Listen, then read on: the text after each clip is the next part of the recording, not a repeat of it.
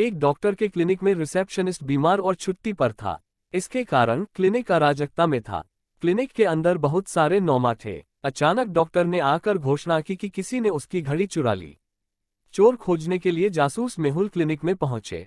Doctor ने कहा, मैं आज बहुत व्यस्त था, मुझे याद नहीं है कि मैंने अपनी घड़ी कहाँ रखी थी। मेहुल ने 3 संदिग्धों की पहचान की और उनसे पूछताछ की। पहला संदिग्ध, मैं अभी क्लिनिक में पहुंचा, मैंने कुछ भी नहीं चुराया। दूसरा संदिग्ध, मेरी नियुक्ति अगले थी, मैं अपनी बारी का इंतजार कर रहा था। तीसरा संदिग्ध, मैं रिसेप्शनिस्ट के डेस्क के पास कभी नहीं गया, मैं घड़ी कैसे चुराऊंगा। इन तीनों में से किस एक ने डॉक्टर की घड़ी चुरा ली?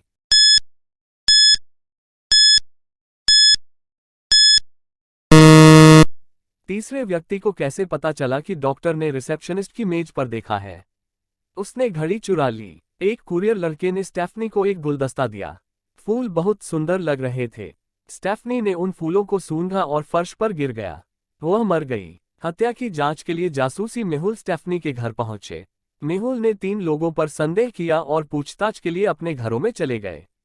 भाई, मैं ट्रैकिंग के लिए गया था, मुझे फूलों के गुलदस्ते के बारे में कुछ भी नहीं पता है। दोस्त, मैं बगीचे के पेड़ों को साफ कर रहा था और ट्रिम कर रहा था।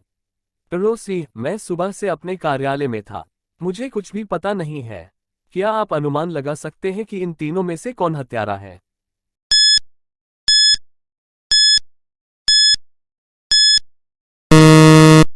स्टेफनी र प्राप्त फूल पड़ोसी के बगीचे में देखे जा सकते हैं। उसने उसे मार डाला। सामंथा का शव उसके अपार्टमेंट में पाया गया था। हत्या की जांच करने के लिए जासूसी मेहुल अपराध स्थल पर पहुंचे। मेहुल को पता चला कि सामंथा ने कल रात एक पार्टी का आयोजन किया था। उसे हत्या के अपने रूममेट्स पर संदेह था। यमला, मैं पार्टी के बाद बहुत नशे में था, मैं पार्टी के बाद लिविंग रूम में नहीं गया था, इसलिए मुझे कुछ भी पता नहीं है कि मैं पार्टी के बाद लिविंग रूम की सफाई कर रहा था और देर से सो गया। मैं कुछ मिनट पहले उठा कि मैं तुरंत पार्टी के बाद सो गया।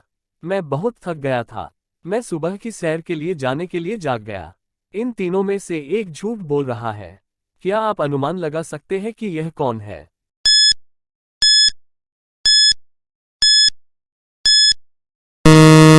किम ने कहा कि उसने अपार्टमेंट को साफ किया लेकिन अपार्टमेंट बहुत गंदा लग रहा था। वह झूठ बोल रही है। उसने सामंथा की हत्या कर दी। जेम्स को अपनी पत्नी से तत्काल घर आने के लिए फोन आया।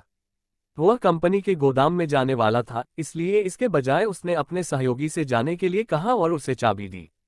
जेम्स तब घर पहुंचा और उसकी पत्नी उसे आश्चर्यजनक डिनर के लिए बाहर ले गई। रात के खाने से लौटते समय वह अपने 2 सहयोगियों से मिले। उन दोनों ने कहा कि कंपनी के गोदाम में एक भूत की खबर आई है। जेम्स ने ये कहते हुए ब्रश किया कि यह संभव नहीं है और घर गया और सो गया। लेकिन जेम्स इस बात को नजरअंदाज नहीं कर सके कि उनके सहयोगियों ने क्या कहा और गोदाम का दौरा करने का फैसला किया। जब वह गोदाम में पहुंचा तो उसने भूत को भी देखा। लेकिन जेम्स ने महसूस किया कि यह एक वास्तविक भूत नहीं है और कोई व्यक्ति एक शरारत खेल रहा है। उन्होंने अपने 4 सहयोगियों पर संदेह किया। क्या आप ये समझ सकते हैं कि फ्रैंक कौन खेल रहा है?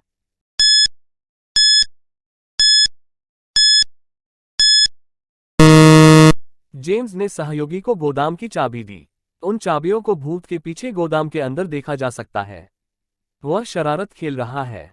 स्टेला बच्चे के कमरे में अपने बच्चे के साथ खेल रही थी, लेकिन जल्द ही वह बच्चे के कमरे में मृत पाई गई। मामले की जांच के लिए जासूस मेहुल को बुलाया गया था। मेहुल ने घर में उल्लिखित लोगों से पूछताछ की। कुका, मैं दोपहर का भोजन तैयार कर रहा था, मैं बच्चे के कमरे में नहीं गया। माली, मैं बच्चे के कमरे में नहीं गया था, मैं नए फूल लगाने वाले बगीचे में था। नौकरानी, मैं लिविंग रूम को साफ करने में व्यस्त था, मैं बच्चे के कमरे में नहीं गया। मेहुल ये पता लगाने में उन्होंने तब बच्चे के कमरे में एक सीसीटीवी कैमरा देखा। मेहुल ने कमरे की छवियों से पहले और बाद में जांच की और एक सुराग मिला। क्या आप ये पता लगा सकते हैं कि कौन झूठ बोल रहा है?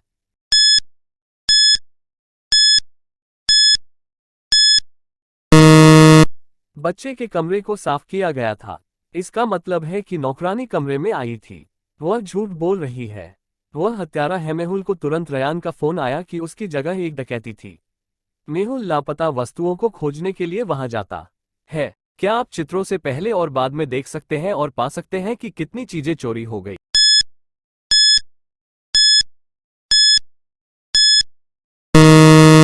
ये 5 आइटम चोरी हो गए।